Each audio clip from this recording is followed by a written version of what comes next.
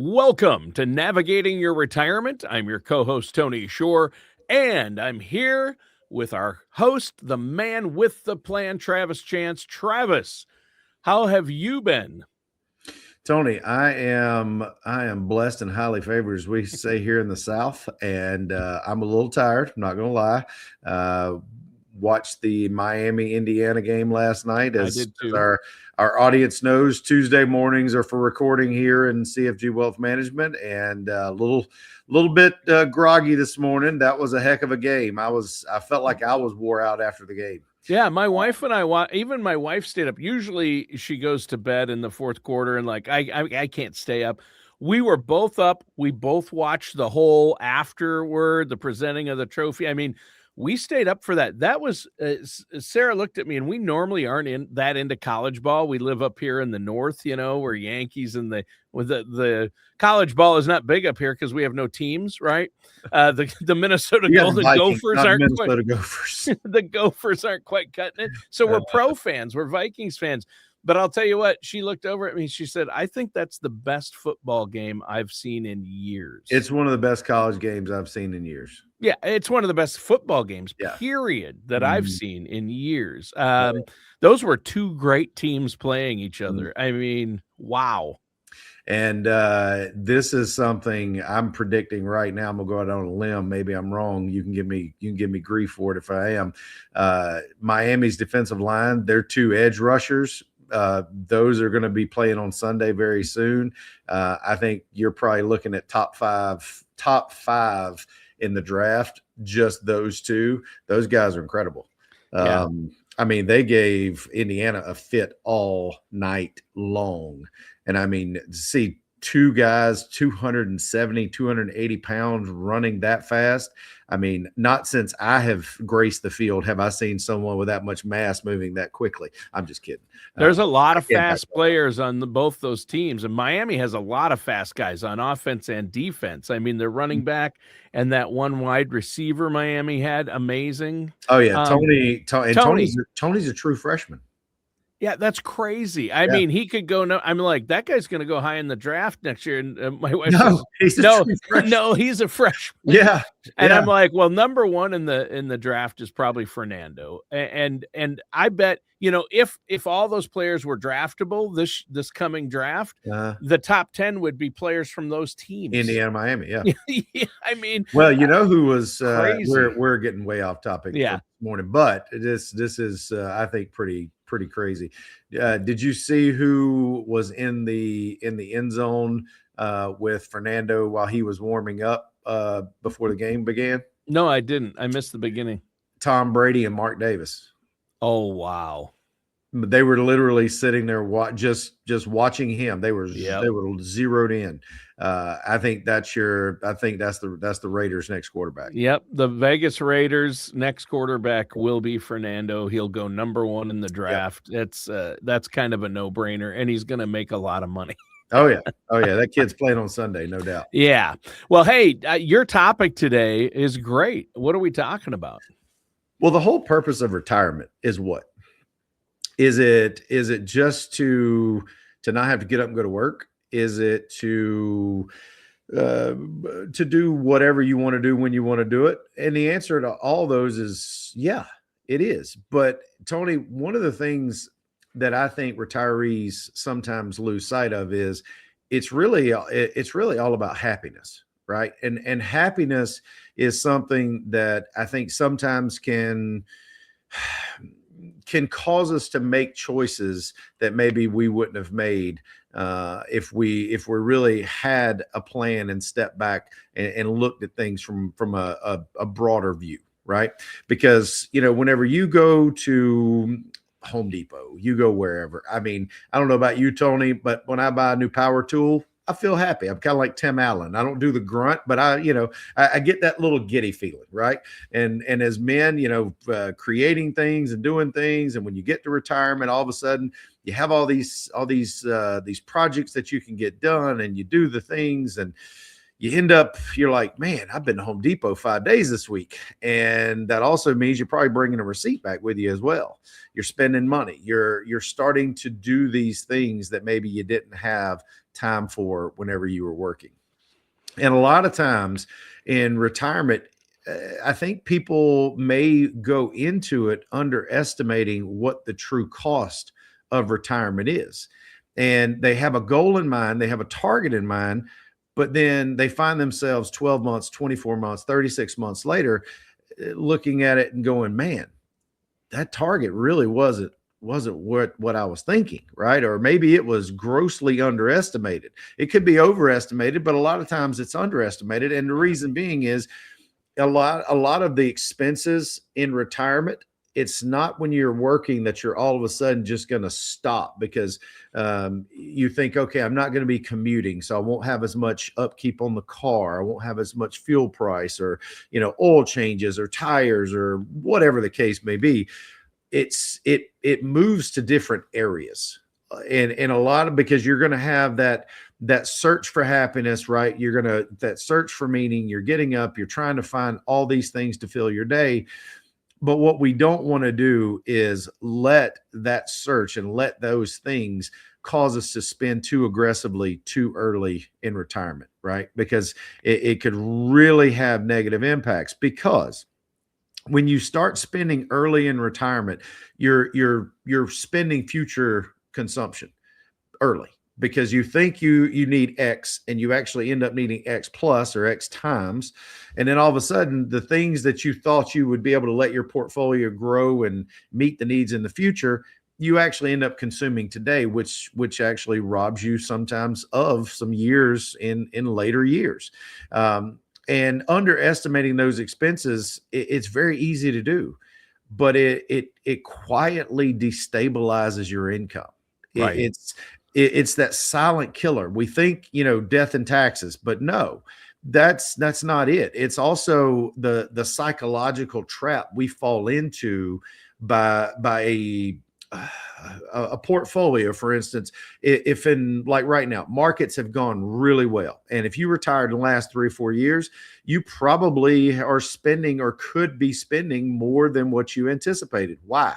Because we have been getting the returns to be able to produce those year in, year out distributions.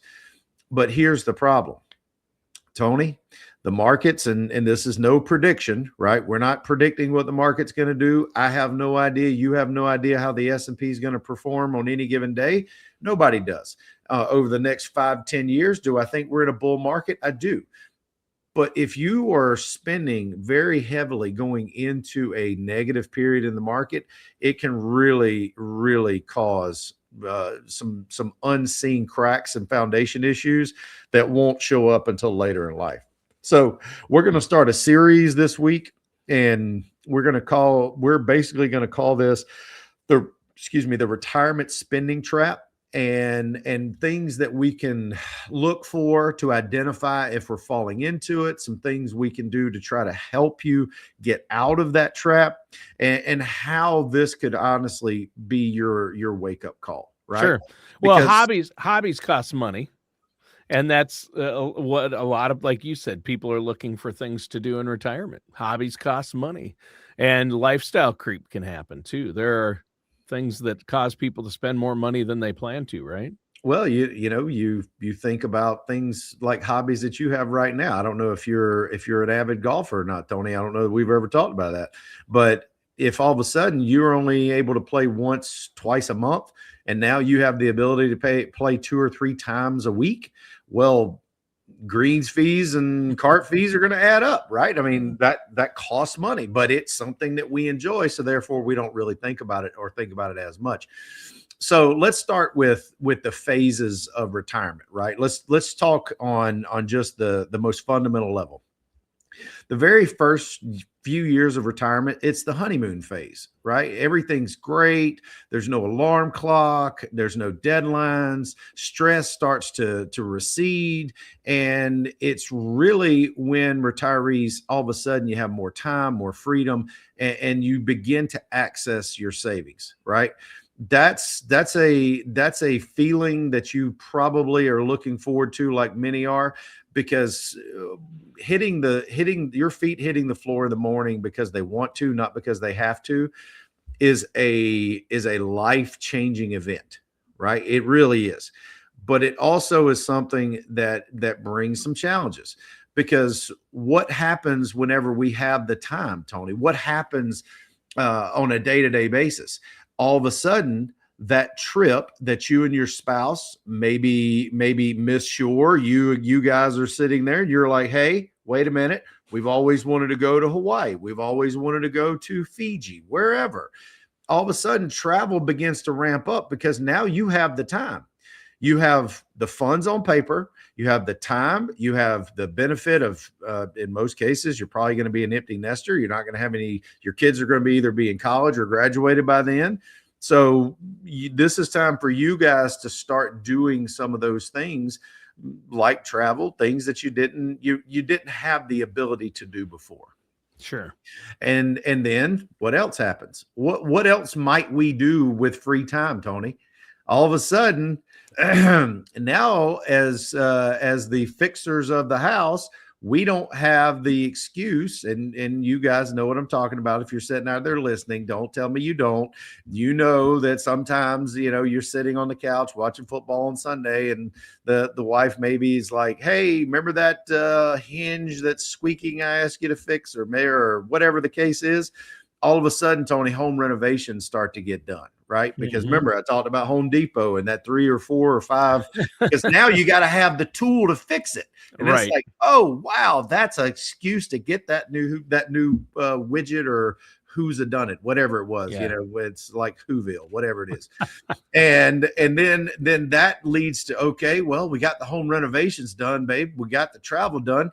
You know what we've always wanted to do? We've always wanted this particular type of car. We deserve it, right? Markets are great. Markets are up. We deserve it. Or maybe it's an RV. Maybe it's all of a sudden boat, right? We want to become boat people, right? We have our friends that they have boats and they go to wherever, they go to the coast, go to the beach, go to the lake, and all of a sudden we want to do that as well. Maybe dining out starts to become a routine thing where you're like, hey, babe, I don't really feel like cooking. Let's go out. And then all of a sudden, 1 or 2 times a week turns into 4 or 5 times a week. Helping the kids, right? Once again, spending increases slowly because we start adding things. And as the markets give us the ability to, and we see that confidence, we begin to spend more and more and more and more. And what started out, like I said, as a target budget is now getting to be a much heavier proposition. And none of these decisions are made, off one on an island. They're kind of in life, right? And they just kind of all come and they get integrated into your daily living. But folks, let's stop right here and think about something. Everything I just said is terrific. Tony, tell me something I just said that doesn't sound like a fun time.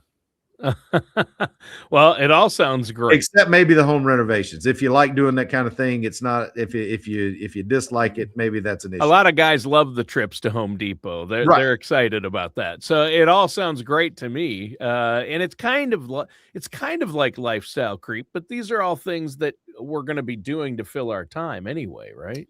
Well, Tony, the danger of doing too much too fast, because we have the time, we have the ability. It's because before you really understand how it affects your retirement, it's already affected it.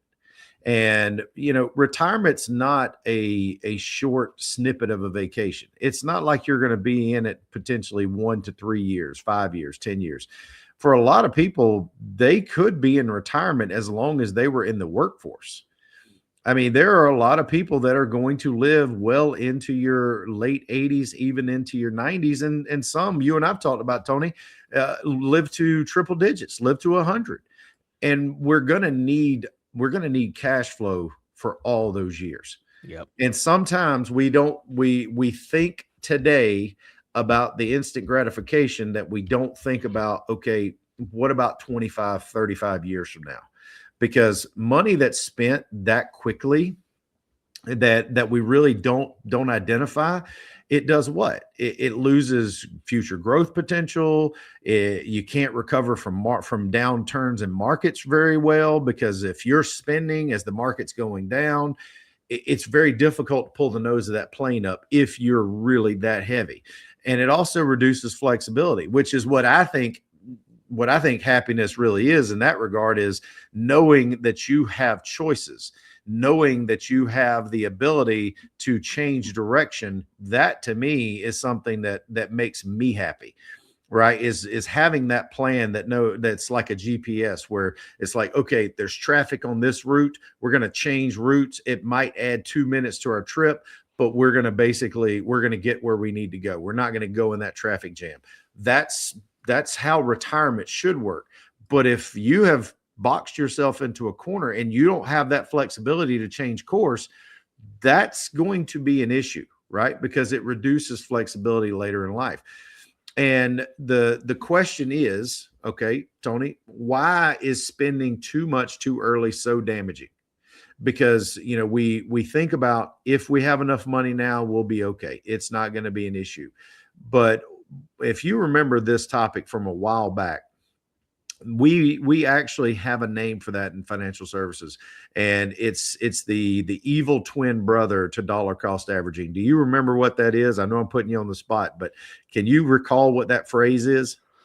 What is the Sequence of returns? Tony? Absolutely, A+. I am shocked this morning. I'm not going to lie to you. That is I had my impressive. coffee this morning. I Folks, stayed at a I did Holiday Inn not Express. script that. I did not tell him what to say. I am Yeah. truly impressed. Yeah. But you're right.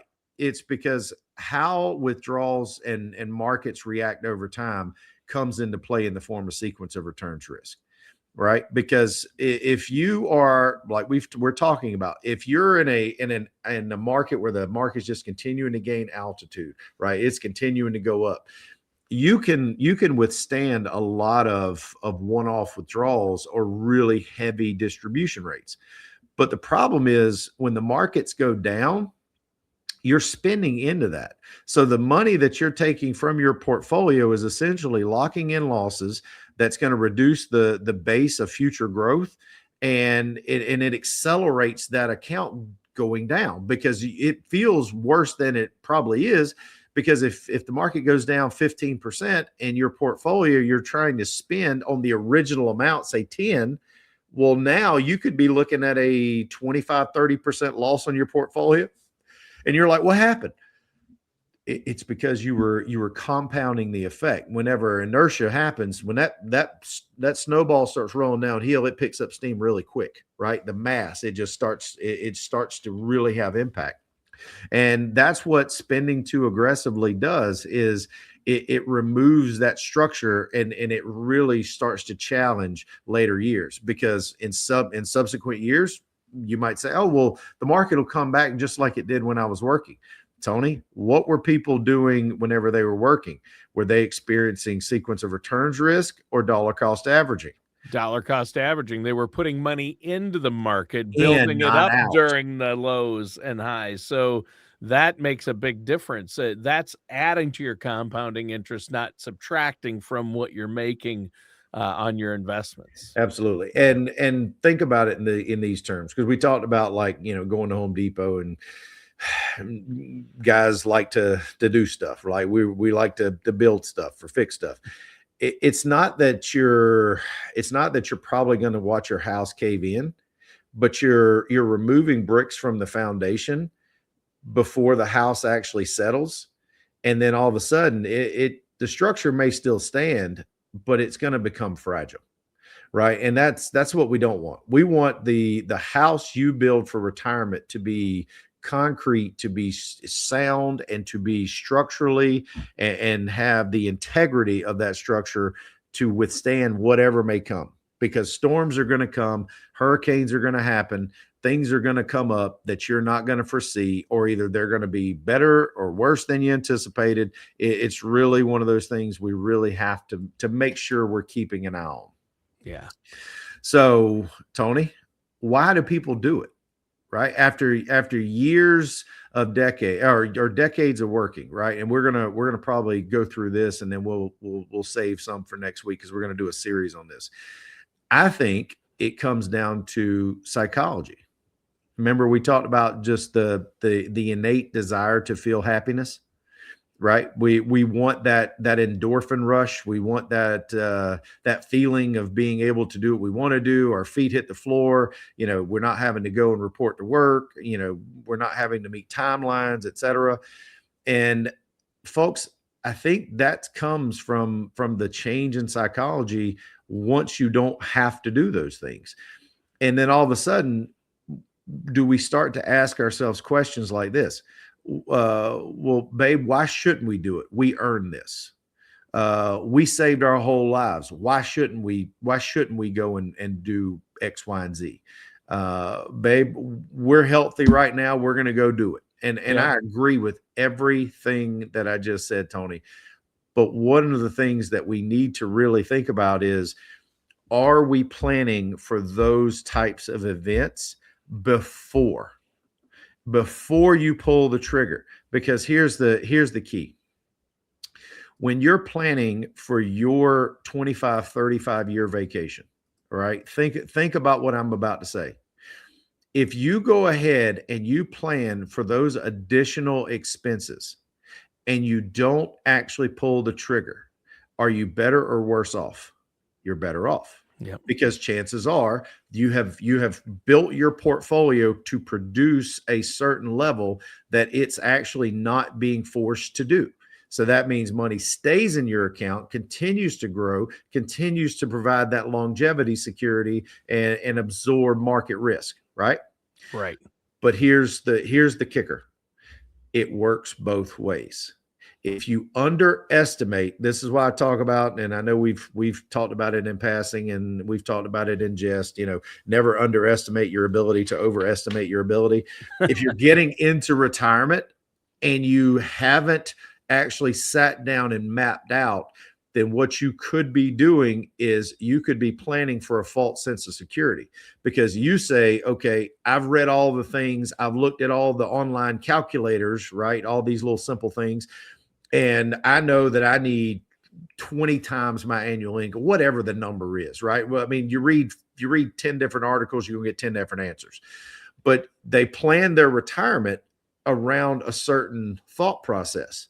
And you say, okay, I need 4,000, 5,000, 6,000 a month, whatever that number is. But what if it's 8,000? What if it's 9,000? What if it's a number that you really haven't put the time and the effort in to estimate properly? Right. That's where it's going to get interesting, Tony. And that's what we're going to talk about for quite a few shows. We're Yeah. going to really drill down and try to find the reasons and how retirees can actually avoid these pitfalls and these traps.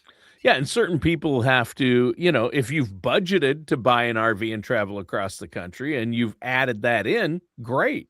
But if you haven't, that's a problem. Like for me, obviously, I'm going to have to budget in pizza buffets. I mean, that's just the money I'm going to Is spend in CC's no retirement on longer pizza. in Minnesota? It's what that? Is CC's Pizza no longer in Minnesota? Oh yeah. Oh yeah. Got it. They're no, actually they're Godfather, not. Godfather Pizza, or Herman Godfather's. Cain. Yep. Godfather's is, Cece's isn't anymore, I don't That's think funny. so. Well, hey, this is a great show, great topic, and we're gonna continue it and really drill down, and I think this is so important, for our listeners out there. But before we go today, Travis, I know you love hearing from the listeners and viewers. Hey, if they have questions, if they wanna get a second opinion on where they're at financially, or want to get a plan in place initially for retirement to make sure they're including these things, how can they get a hold of you? Absolutely, Tony. It is very easy, folks. And actually, just to mention also, we are about to start our next series of college courses.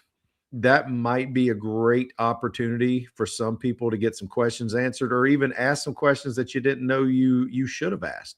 That's why you need to sit down, actually have the ability to hear some quality information and be able to put the pieces together for your retirement.